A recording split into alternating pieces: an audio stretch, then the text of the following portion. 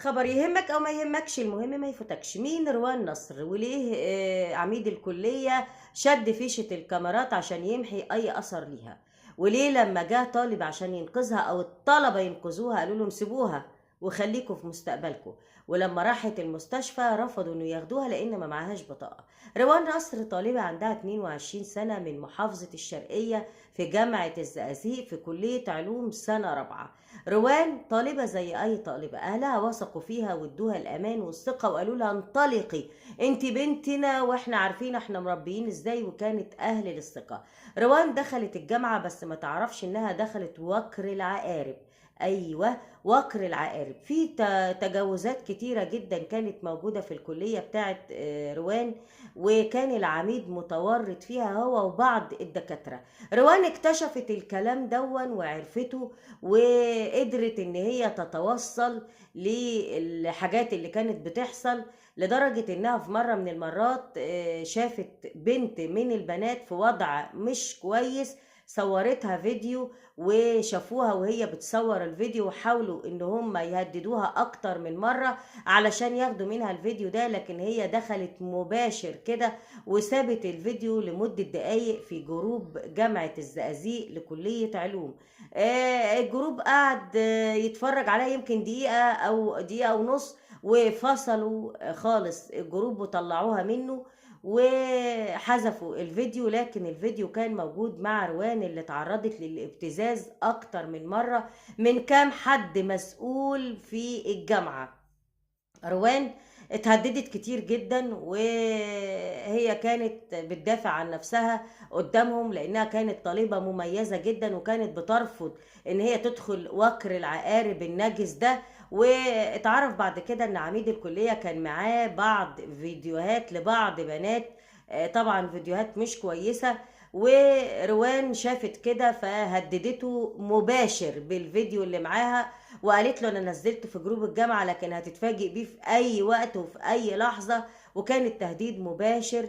لكن روان ما سلمتش من كل ده، وجت في يوم امتحان العملي بتاعها لقت بنتين ومجموعة من الدكاترة في الدور الخامس اللي مفيش أي طالب بيطلعوا، لأن ده زي ما بنقول في مبنى الرياضة، ومبنى الرياضة ده معمول برضو للدكاترة والمعيدين فقط، الطلبة ما بتطلعوش. شاوروا لها من فوق، شاوروا لها كتير جدا لحد ما طلعت ايه في ايه، قالوا لها او حاولوا ان هم يمسكوها ويسحبوا منها الموبايل علشان يحذفوا الفيديو اللي موجود معاها. وده طبعا بشهادة اصحابها اللي كانوا شايفين اشتباكات في الادوار او الدور الخامس اللي فوق. لكن روان كانت بتدافع على نفسها دفاع مستميت لحد ما هم خلاص ما قدروش عليها، فراحوا راميينها من الدور الخامس. بشهادة زميلتها ان روان اتعرضت للابتزاز اكتر من مرة، وروان لما وقعت في شخص مجهول ببدلة زي ما بيقولوا جاء عندها وهي مرمية في الارض، واخد موبايلها وبطاقتها الشخصية. وده يعني هنقول لو اخد الموبايل علشان يمحي الفيديو او اي اثر لمحادثات ما بينها وما بين اي حد بخصوص الفيديو والتجاوزات اللي بتحصل في الجامعة. طيب البطاقة عشان لما تروح مستشفى وهي واقعة ما بين الحياة والموت، المستشفى طبعا ما تقبلهاش، وده حقيقي المستشفى فعلا ما قبلتهاش. المهم في التوقيت ده كان طبعا في امتحان شغال، والطلبة لما سمعوا الخبطة وسمعوا بالحادث جريوا عشان ينقذوا روان او يلحقوها بأي طريقة ما، إلى ان الدكاترة منعوا الطلبة وقالوا لهم خليكم في مستقبلكم وملكوش دعوة بحد. طبعا الكاميرات مفصولة، الطلبة منعوهم.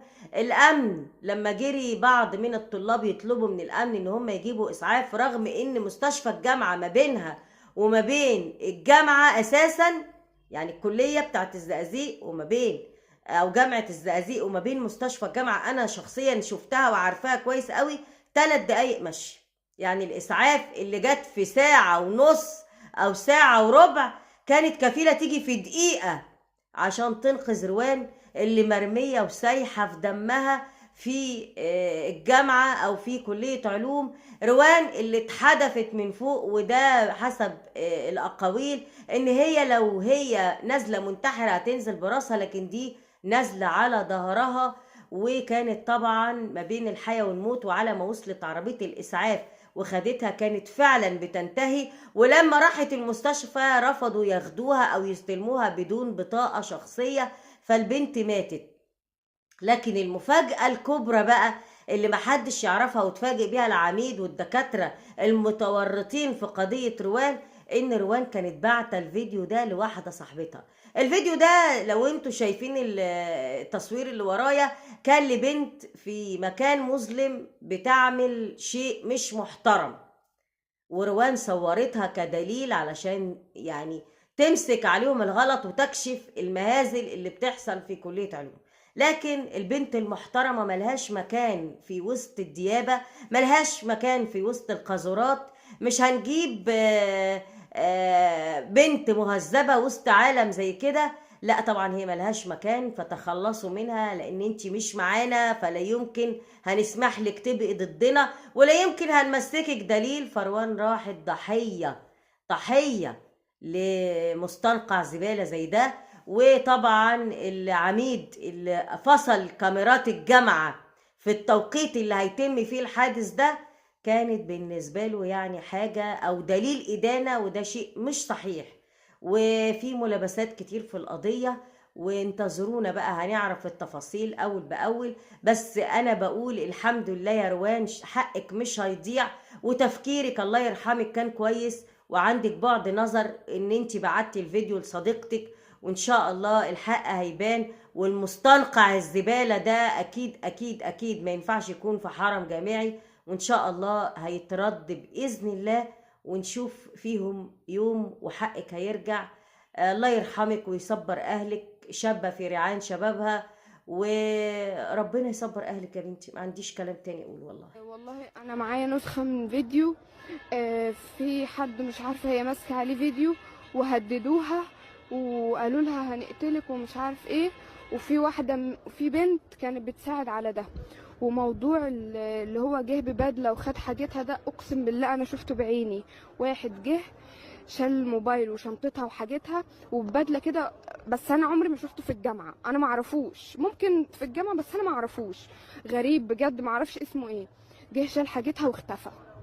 أنا طالب في كلية العلوم جامعة زايد. أنا بس حابب أقول كلمتين، يعني كلمتين حق، يعني في حق البنت اللي ماتت، وإنهم كانوا بيتفرجوا وإنهم منعونا إن إحنا يعني ننقذ بنت بتموت وبتطلع في الروح ودمها سايح، ومفيش أي تحرك من الإدارة أو العاملين، كلهم واقفين كلهم بيتفرجوا. لان انا هحكي بس اللي حصل من بدايه اليوم. اولا اليوم اللي البنت وقعت فيه ده كان عندنا امتحانات شفوي، وطبعا امتحانات الشفوي عندنا كانت بتبدا من 8 يا دوب خلصنا الامتحانات على الساعه 2 كده.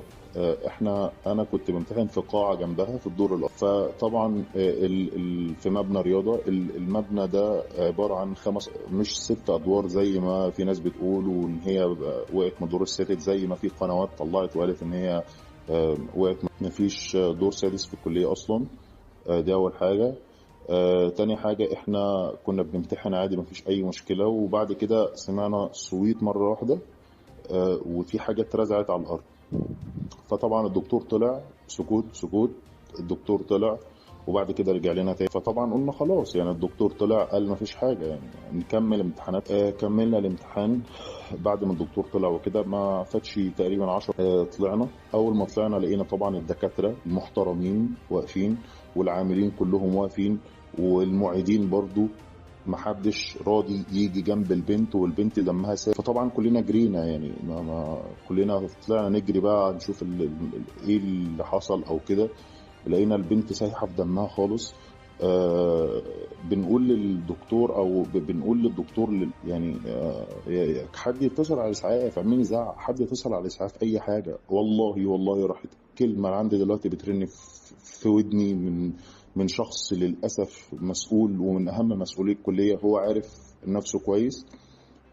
رد لما بنقول له اتصل على الاسعاف، راح جاي قال لنا ماليش دعوه والله. فطبعا احنا رنينا على الاسعاف